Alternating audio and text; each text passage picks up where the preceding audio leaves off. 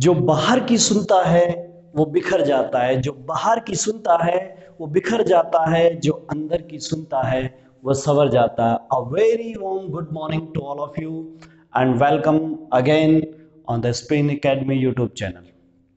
दोस्तों, आप सभी का स्वागत है। आज हम लोग लेके आए एक नया टॉपिक, एक नया सेशन। आज के सेशन में हम बात करने वाले हैं सॉल्यूशन के एक नेक्स्ट टॉपिक पर, जिसका नेम है हेनरी लॉ। जी हाँ, आज यहीं से स्टार्ट होने वाला है आपका लॉज का प्रोग्राम। तो सॉल्यूशन चैप्टर में जितने भी लॉज हैं उनकी बातें अब स्टार्ट हो चुकी है। हमारे यहाँ पर सॉल्यूशन में दो लॉ हमें पढ़ने को मिलेंगे, Henry's law and Raoult law. और इसमें सबसे पहले हम स्टार्ट करेंगे हेनरी लॉ। हेनरी लॉ कल हमने, आपको जैसे कि पता होगा, कल हमने सॉल्युबिलिटीज पढ़ी थी और सॉल्युबिलिटीज में देखा था 3 टाइप्स की सॉल्युबिलिटी होती है। The solubility of solid in liquid, solubility of liquid in liquid and solubility of gas in liquid. तो हम वहीं से स्टार्ट कर रहे हैं, solubility of gas in liquid. तो कल वाली बातें हमने समझ ली थी, उसमें टेम्परेचर का इफेक्ट्स क्या होता है, nature of solvent and solute का क्या इफेक्ट्स होता है। तो सॉल्यूट, नेचर ऑफ सॉल्यूट और सॉल्वेंट में हमने लाइक डिसॉल्व लाइक रूल पढ़ा था। फिर हमने टेम्परेचर पढ़ा। टेम्परेचर में हमें दो बातें याद रखनी है, किसके केसेस में, तीनों के केसेस में, पर जनरली काम ज्यादा करती है सॉलिड और लिक्विड के केसेस में। क्या टेम्परेचर में एक्सोथर्मिक एंडोथर्मिक में फोकस करनी है। ली चैटरले प्रिंसिपल एक्सोथर्मिक में क्या कहता है, एक्सोथर्मिक में ऑलरेडी हीट रिलीज हो रही है तो then we increases the heat, solubility will be decreases, क्योंकि ली चैटरले के अकॉर्डिंग क्या करता है, वो जो हीट है उसको रिड्यूस करने की कोशिश करता है, तो फॉरवर्ड की बजाय वो बैकवर्ड जाना स्टार्ट हो जाती है। ऐसे ही हम एंडोथर्मिक की बात करेंगे तो एंडोथर्मिक में क्या है कि जैसे जैसे हम टेम्परेचर इंक्रीज करते हैं solubility will be increases. Pressure का केस सॉलिड और लिक्विड में नहीं लगता है, गैसेस में लगता है। गैसेस में क्या कंडीशन है कि when we increases the pressure then solubility will be increases. तो वहीं से कंसेप्ट आया है आपका हेनरीज लॉ। तो हमने कल वाले टॉपिक में जो पढ़ा है हेनरीज लॉ में क्या पढ़ा है कि आपके पास प्रेशर कंडीशंस क्या बोलती थी। यहां पर हमारा ये किसका है topic, the solubility of gas in liquid. तो हम गैस की सॉल्युबिलिटी लिक्विड में देख रहे हैं। और कंसेप्ट किसका है, हेनरीज लॉ का जो कंसेप्ट जनरेट हुआ था वो क्या था आपका, प्रेशर। कहां से, प्रेशर, है ना। फैक्टर्स अफेक्टिंग में पढ़ा था ना, तो आपने जो फैक्टर अफेक्टिंग में पढ़ा है, फैक्टिंग में पढ़ा है, फैक्टिंग में पढ़ा है, क्या पढ़ा था हमने फैक्टर अफेक्टिंग के अंदर, नंबर 1 प्रेशर, और pressure directly proportional to solubility. क्या है, सॉल्युबिलिटी है। और सॉल्युबिलिटी में क्या देखा हमने, when we increase the pressure solubility will be increases. ये बात हमने देख ली। और यहीं से हमारे पास नई चीज निकल के आती है, वो क्या है, हेनरीज लॉ। तो फर्स्ट टाइम हेनरी ने ये लॉ जनरेट किया कि आपके पास जैसे जैसे आप प्रेशर इंक्रीज करते हो तो गैसेस की सॉल्युबिलिटी लिक्विड में इंक्रीजेज होती है। जैसे हम एग्जांपल लें तो आपने कोल्ड ड्रिंक, सॉफ्ट ड्रिंक्स देखी होगी। अगर सॉफ्ट ड्रिंक्स देखिए तो उसके अंदर CO2 फिल होती है, तो आप उसे एक बार फील करके देखिए। तो फील करोगे तो क्या होगा, उसके अंदर प्रेशर होता है और वो बाहर से हमें हार्ड लगती है। तो प्रेशर है उसके अंदर CO2 का। जैसे हम ढक्कन ओपन करते हैं तो जो है स्पीडली से गैसेस बाहर आती है कि नहीं। तो उसके अंदर CO2 जो फिल करना पॉसिबल है वो कैसे हुआ, हमने प्रेशर इंक्रीज किया तो उसमें गैसेस जो है लिक्विड के अंदर वो सोल्यूबल हो गई है और उसके अंदर है। ऐसे ही हमारे पास क्या है कि हम हाई प्रेशर देके गैसेस को क्या कर सकते हैं, पास ला सकते हैं। जैसे कि घर पे जो प्रेजेंट LPG का सिलेंडर होता है उसमें क्या किया गया है, उसमें यही तो किया गया है कि हमने हाई प्रेशर लगाया है, और हाई प्रेशर लगा के क्या किया है, उसके अंदर जो गैसेस पार्टिकल्स उसको कंप्रेस्ड कर दिया गया है, ठीक है। और हम, लेकिन वहां पर सिर्फ गैसेस होती है, तो सोल्यूट को कंप्रेस किया गया है क्योंकि उसकी नेचर है। हम उसको लिक्विड में भी डिसोल्व करना चाहते हैं, उसकी सॉल्युबिलिटी देखना चाहते हैं। तो पहली कंडीशन तो इसमें नॉर्मल कंडीशन में अगर एटमॉस्फेरिक प्रेशर में किसी लिक्विड के अंदर गैसेस डिसॉल्व्ड है तो प्रेशर की वजह से नहीं है। हाँ, ये कह सकते हो कि एटमॉस्फेरिक प्रेशर की वजह से हो सकती है, क्योंकि एटमॉस्फेरिक प्रेशर तो लगा हुआ है, तो उतना प्रेशर लगा हुआ है जितना वो लगा सकता था उतना तो डिसॉल्व है, लेकिन उसके अलावा डिसोल्यूशन नहीं है। बाकी क्या है? एब्जॉर्प्शन है। क्या है? एब्जॉर्प्शन कोएफिशिएंट उसका जितना है उतना वो एब्सॉर्ब करके रखा हुआ है लिक्विड। तो चलिए अब बात करते हैं अपन, यहीं से जनरेट होता है हेनरी लॉ, और हेनरी लॉ में सबसे पहले किसने, हेनरीज ने क्या बोला है, the pressure directly proportional to mole fraction of solute. तो यहीं से इसने जनरेट किया कि हमने जितना प्रेशर उसमें लगाया है वो किसके प्रोपोर्शनल होगा, कितने मोल्स ऑफ गैसेस, कितने मोल्स से जो है गैसेस के वो डिसॉल्व हुए हैं किसके अंदर, लिक्विड के अंदर, उसके प्रोपोर्शनल होगा। तो आपके पास प्रेशर जो है वो डायरेक्टली प्रोपोर्शनल टू क्या, मोल फ्रैक्शन ऑफ गैसेस। तो हमारे पास जब यहां से हमने एक साइन यानी प्रोपोर्शनल साइन जब हटाया तो हमारे पास एक कांस्टेंट वैल्यू आ गई। कांस्टेंट वैल्यू क्या है, KH। तो आपके पास ये क्या है, हियर द P क्या है, प्रेशर, क्या है प्रेशर, तो ये प्रेशर है, ठीक है। और आपके पास X क्या है, द मोल फ्रैक्शन है। एंड KH क्या है, KH आपके पास हेनरीज कांस्टेंट, क्या है, हेनरी कांस्टेंट है। तो ये आपके पास हेनरी कांस्टेंट है, ठीक है, हेनरी कांस्टेंट। अब हेनरी कांस्टेंट में आपको बात जो याद रखनी है वो क्या है, इसकी वैल्यूज पर। तो यहां पर नोट लगा के आप बात लिख सकते हैं, क्या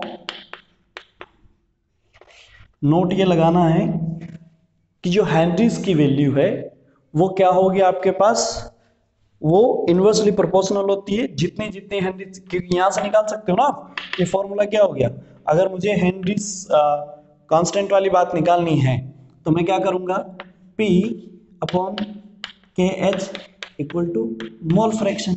ये क्या बात बता रही है कि हेनरीज लॉ की अगर वैल्यू ज्यादा होगी तो मोल फ्रैक्शंस क्या हो जाएंगे, कम, यानी कि मोल फ्रैक्शंस कम है किसके, गैसेस के, सोल्यूट क्या है अपना, गैस है। अगर हेनरीज कांस्टेंट की वैल्यू कम है, किसी में दिया गया है, अगर हेनरीज की कांस्टेंट वैल्यूज जो है कम है तो उसकी सॉल्युबिलिटी क्या हो जाएगी, ज्यादा।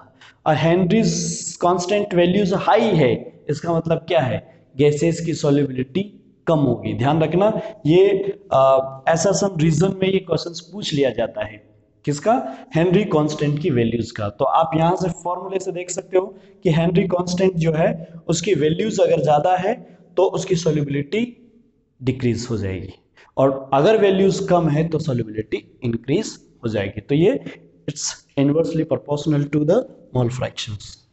Got it? ओके, तो ये आपके पास हेनरीज लॉ हो गया, हेनरी लॉ है तो उसका स्टेटमेंट क्या हो गया, सिंपल स्टेटमेंट है, the pressure is directly proportional to mole fraction of gases, है ना। तो गिवन जो प्रेशर है वो डायरेक्टली प्रोपोर्शनल होगा किसके, मोल फ्रैक्शन ऑफ गैसेस या मोल fraction of solute. Got it? चलिए, मोल फ्रैक्शन आप जानते ही हो, ध्यान रखना, मोल फ्रैक्शन तो जानते हो ना, मोल फ्रैक्शन क्या होगा, मैं यहाँ एक्सप्लेन कर देता हूँ। मोल फ्रैक्शन क्या होता है, किसका निकालना है, गैस का। तो moles of gas upon total moles, तो टोटल मोल्स में क्या है, moles of gas, moles of solid, तो ये आपका रहेगा, ठीक है। अब यहां पे एक चीज जो जनरेट होती है वो ध्यान रखना, क्या कि हो सकता है डाइल्यूट कंडीशंस की बात करें तब हमें मोल्स निकालने होते हैं, तो कभी कभी क्वेश्चन ऐसे भी बन सकता है, हमें सेपरेटली देखना है कि मोल्स क्या होते हैं। मोल्स क्या होता है, given weight upon molecular wait, यही होता है। तो मैं इस वैल्यू को यहाँ पुट कर दूं, यहाँ पे भी, तो मेरे पास क्या बन जाएगा, mole fraction is equal to weight upon molecular weight divide by weight upon molecular weight plus weight upon molecular weight of solute, ये हो गया। अब आपके पास क्या है, डाइल्यूट कंडीशन है। क्या है, डाइल्यूट कंडीशन है। तो डाइल्यूट कंडीशन में क्या होगा, आपके पास एक सोल्यूट होगा, एक सॉल्वेंट है नीचे, है कि नहीं। तो इन दोनों में डाइल्यूट कंडीशन में सोल्यूट की जो वैल्यूज होती है ना, वो नेग्लिजिबल होती है। कैसी होती है, नेग्लिजिबल।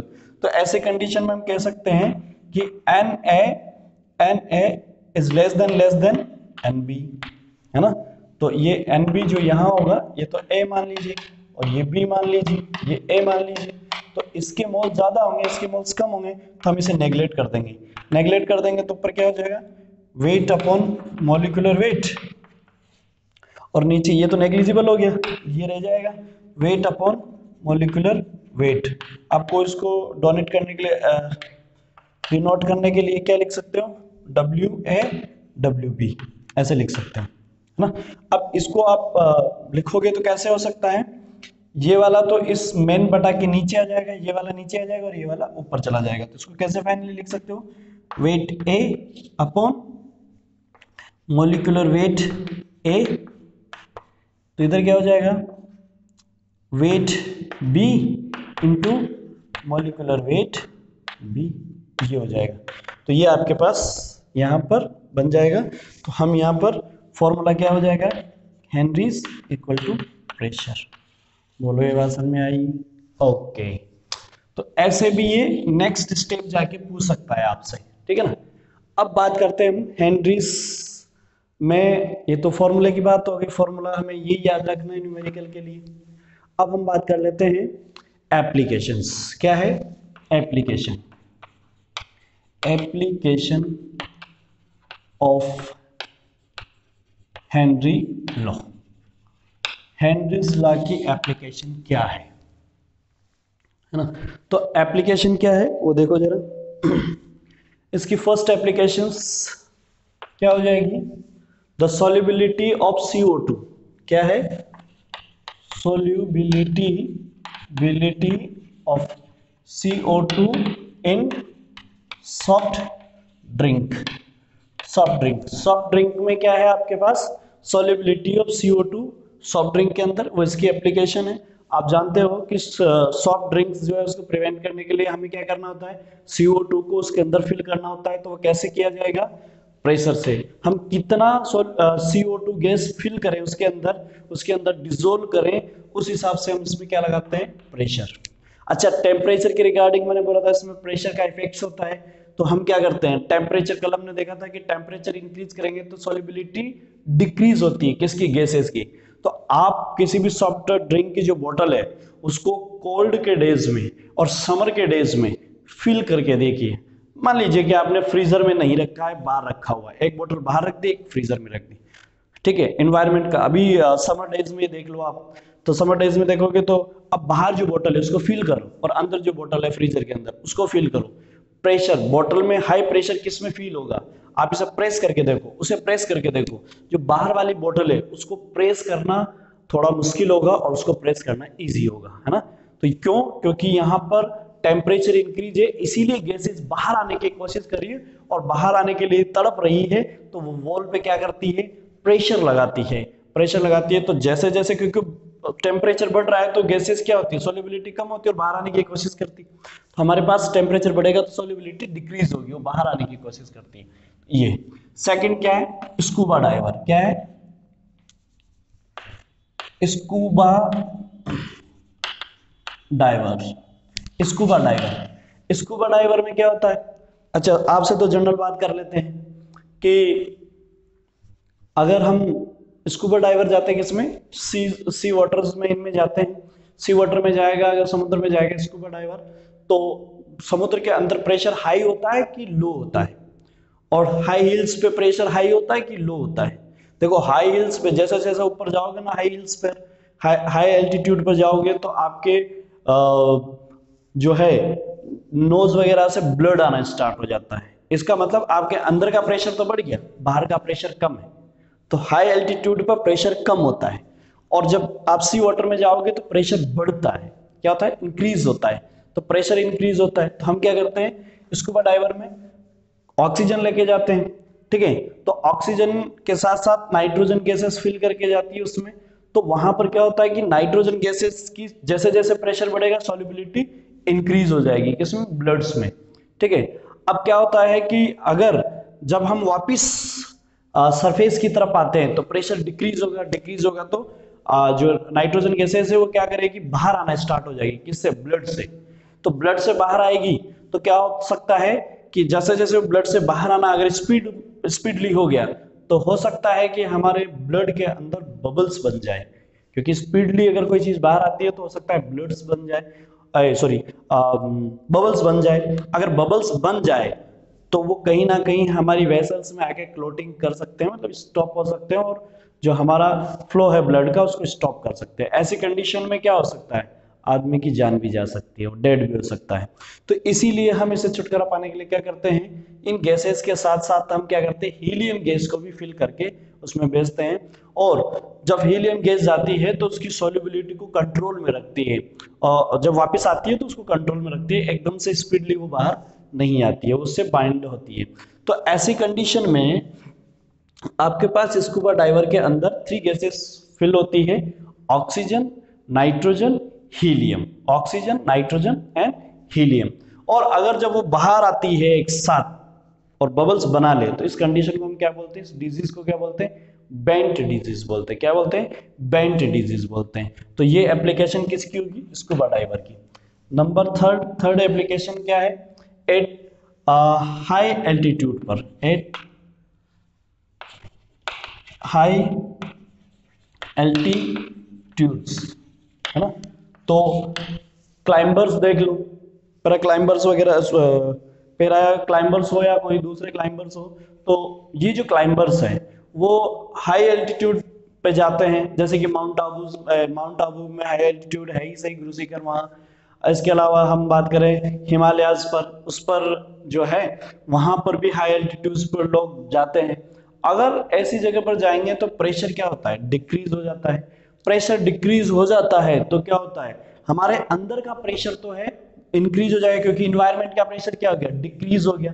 तो ऐसी कंडीशन में हो सकता है कि हमारे नोज वगैरह से इनसे ब्लड प्रेशर बढ़ जाता है, तो ब्लड बाहर आ सकता है, क्योंकि अंदर तो प्रेशर बढ़ा हुआ है ब्लड का प्रेशर, इन्वायरमेंट में क्या है, प्रेशर डिक्रीज हो गया।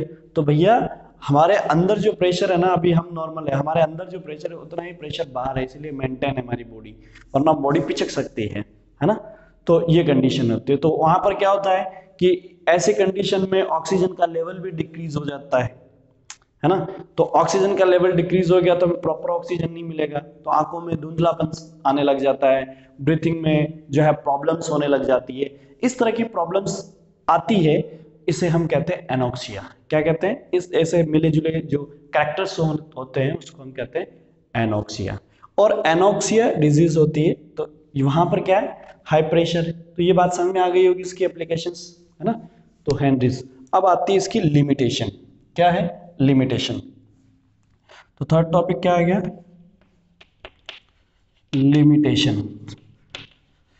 अगर इसकी लिमिटेशन देखोगे तो लिमिटेशन क्या होनी चाहिए, एक तो टेम्परेचर के रेस्पेक्ट में होनी चाहिए, एक प्रेशर के रेस्पेक्ट में देखेंगे, प्रेशर के रेस्पेक्ट में देखेंगे।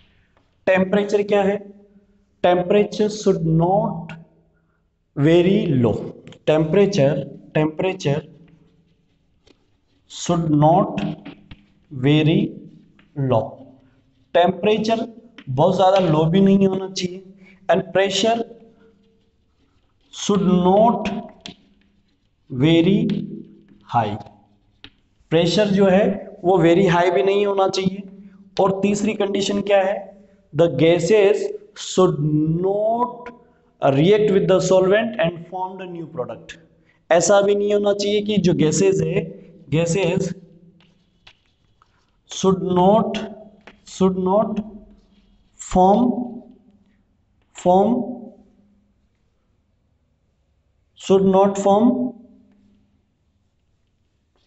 not form product and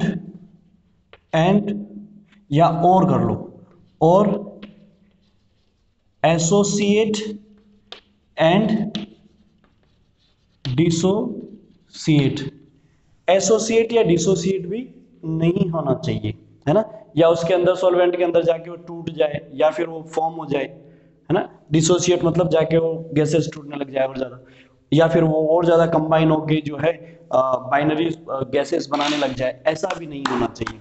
तो ये आपका पूरा कंप्लीट हेनरी लॉ था। अब इस पे बेस्ड न्यूमेरिकल्स करेंगे। तो आई थिंक ये हेनरीज लॉ कॉन्सेप्ट जो है प्रेशर का आपको समझ में आया होगा। और आप वीडियो को लाइक कीजिए, शेयर कीजिए, जितना ज़्यादा हो सकते हैं लोगों को शेयर कीजिए, पहुँचाइए। नॉलेज जितना हम बांटेंगे हमारी नॉलेज भी उतनी ही बढ़ेगी। सो थैंक यू एंड फिर मिलते हैं इसके नए वीडियो के साथ और इसके न्यूमेरिकल लेके आएंगे, उसमें फिर से आपसे मुलाकात होगी। Thank you.